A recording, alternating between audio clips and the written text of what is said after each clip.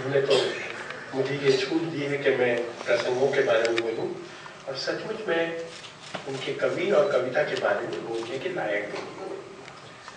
हम लोग उनके बेटे, परिवार के बाकी सब साथी उनके पाठक नहीं थे जितने आप लोग हैं। आप लोगों को बहुत सारी कविताएं याद होगी, हमें किसी कारण नहीं हो पाए। वो छोटे कवि थे कि बड़े कवि थे, प्रगति वाले थे कि अगति वाले थे, इस दौर में हम लोगों को उन्होंने पढ़ने भी नहीं दिया और हम लोग पढ़े भी नहीं। कवि का मूल्यांकन तो होता ही है, लेकिन जिस तराजू पे होता है उस पे जो बांट रखने चाहिए वो बांट आलोचक के होंगे कि पाठक के होंगे कि श्रद्धा से उनको याद करने वाले छात्रों के होंगे। ये बांट सब अलग अलग हो सकते हैं और उसी के हिसाब से तराजू थोड़ा ऊपर नीचे हो सकता है, लेकिन तराजू का अच्छा होना बहुत जरूरी है। बांट अपने अपने रखें हम लोग, हमारे तराजू और आप लोग भी अब थोड़े हम लोग कट गए हैं, बिजली की भी चीजें आ गई तोलने की। तराजू की पूरी जो उसका ढांचा, उसकी संरचना जो कठिन शब्द कहलाता है, उसमें एक शब्द और होता था पासंग, कि तराजू में कोई चूक रह जाए बनाने वाले में तो पासंग से उसमें एक सिक्का तांबे का टंगा रहता था, उसको लपेट लूट के बराबर करते थे। तो पासंग बराबर रखना चाहिए, उसके बाद किसी भी तरह से उनको तोला जा सकता है। कवि का निधन होते ही उनका मूल्यांकन हो, शायद ऐसी उतावली उनके मन में नहीं थी।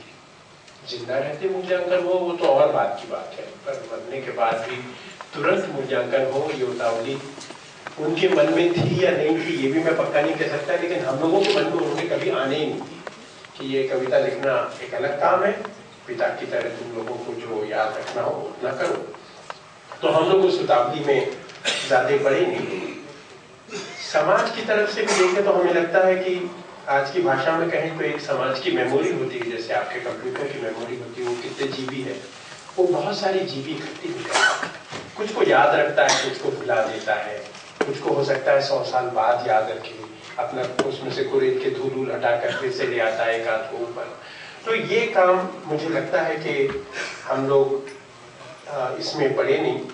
और कभी कभी उनसे ये भी सुनते थे कि समाज किसी को भूल भी जाए तो ये चीज याद रखने लायक नहीं होती कि हमारे पिता को भूल गया। इसमें ज्यादा दूर नहीं जाना चाहिए, क्योंकि जो लोग भूल जाते हैं, कभी उन्होंने ऐसी बातचीत में कहा था, और जिनको इसका दर्द रहता है कि लोग भूल गए हमारे किसी प्रिय समाज सेवक को या नेता को या कवि को, तो उन्होंने कभी ऐसा कहा था। हम लोगों को बचपन में सुना हुआ एक वाक्य याद है कि जो लोग इस बात को याद रखते हैं कि उनको भूल गए, वो भी कुछ दिनों के लिए होते हैं, अमर होके नहीं आते, वो भी भूल जाती है। तो ये दुख भी क्यों रखना मन में, इसलिए हमने उनको एक पिता की तरह याद रखा। और एक छोटा सा प्रसंग क्षमा मांग के बताता हूं। निधन हुआ उनका 20 फरवरी को। फरवरी जैसा अक्सर होता है, उसके तुरंत बाद मित्र लोग कहते हैं कि कोई ट्रस्ट बनाओ, कोई कुछ करो, उनको याद रखना जरूरी है। उस सब में हम लोग नहीं पढ़ पाए क्योंकि ऐसी उन्होंने सिखाई नहीं। अभी आपने वो सुख वाली कविता सुनी भी, लेकिन ऐसे मौकों पर जैसा समाज कृतज्ञता ज्ञापित करता है, चिट्ठियां वगैरह बहुत सारी आई। उसमें एक विशेष चिट्ठी राज्यपाल महोदय मध्य प्रदेश की आई।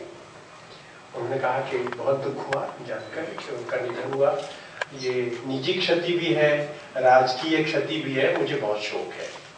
हम लोगों ने बहुत हृदय से उस चिट्ठी को पढ़ा, लपेट के रखा।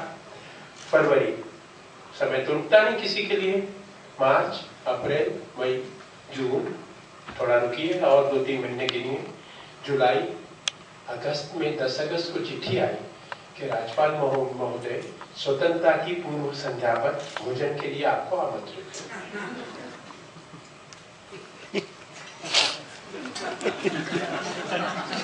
अब मुझे लगा कि क्या कहना चाहिए ऐसे पत्र का। मन तो ये करेगा ऐसे में एकदम से कि किसी अखबार वाले मित्र को दे दो, थानवी जी आज नहीं आए, नहीं तो उनको दे देते, वो कल छाप देते। संयम रखा हमने, ये उन्होंने हमको सिखाया। थोड़ा रुको, धीरज रखो।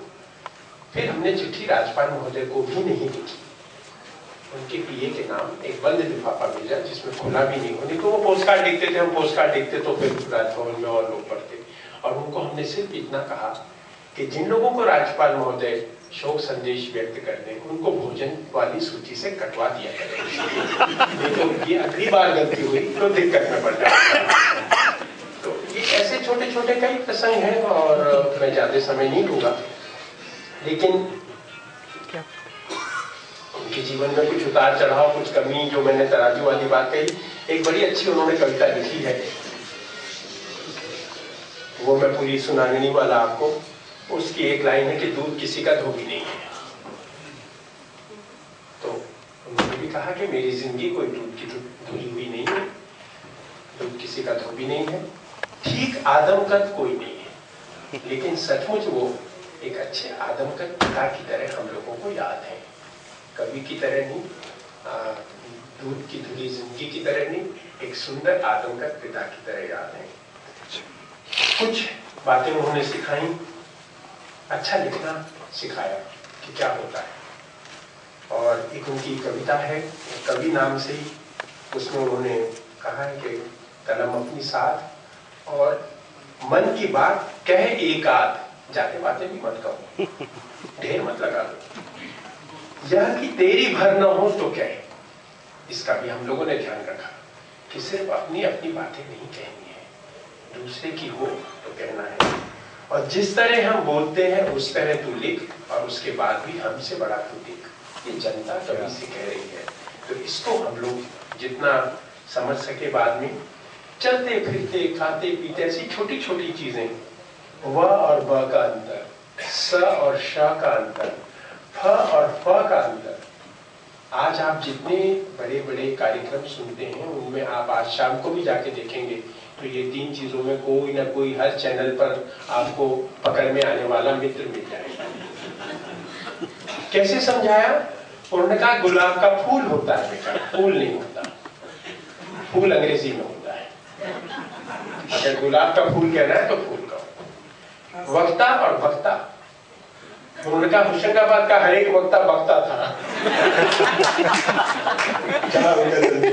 इसलिए वह और वह का ध्यान रखो, वक्ता को वक्ता कहो, नहीं तो होगा कि अनुपम मिश्र बड़े अच्छे वक्ता हैं, तो ये वक्ता वाला। ऐसी छोटी छोटी चीजें और भी कई बातें।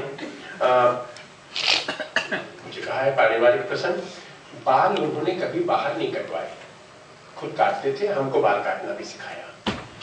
मैं भी शायद 40 साल से अपने बाल खुद ही काटता हूँ, इतने बुरे तो नहीं है आपके सामने।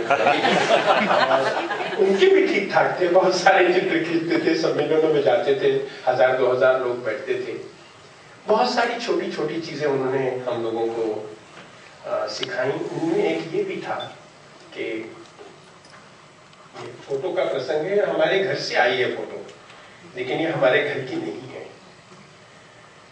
माँ ने पिताजी के निधन के बाद कहा कि ब्रह्मलीन हो गए, ऐसा कहते हैं ना अपने आप, इसलिए आप घर में कोई उनका चित्र नहीं लगना चाहिए। पहले भी कभी नहीं लगा था, लेकिन मृत्यु के बाद घर में कोई माला वाला चित्र नहीं लगना। जहां लगता अच्छी बात है, उसका कोई विरोध नहीं, लेकिन अपने घर में जरूरत नहीं।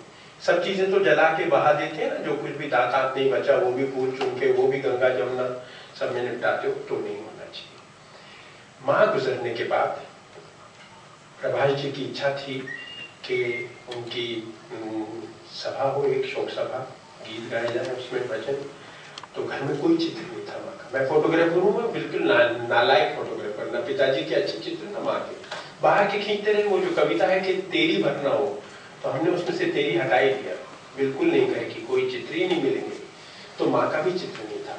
आज उठान भी नहीं आए हैं, उन्होंने चंडीगढ़ में माँ का एक बहुत सुंदर चित्र खींचा, तो वो फ्रेम करा के, इतना ही बड़ा फ्रेम वो दे गए, और फिर उस सभा में वो रखा गया, उसमें फूल लोगों ने चढ़ाए। अब जब वो सभा खत्म हो गई तो माँ का चित्र घर में एक कील पर टांग दिया गया। अब माँ का टंगा तो पिताजी का तो है ही नहीं घर में। तो फिर उन्हीं के परिवार के, ओम थानवी जी के परिवार के रमेश थानवी जी ने एक कार्यक्रम किया जयपुर में, और उसमें उन्होंने कहा कि कोई चित्र, हमने कहा कोई नहीं है।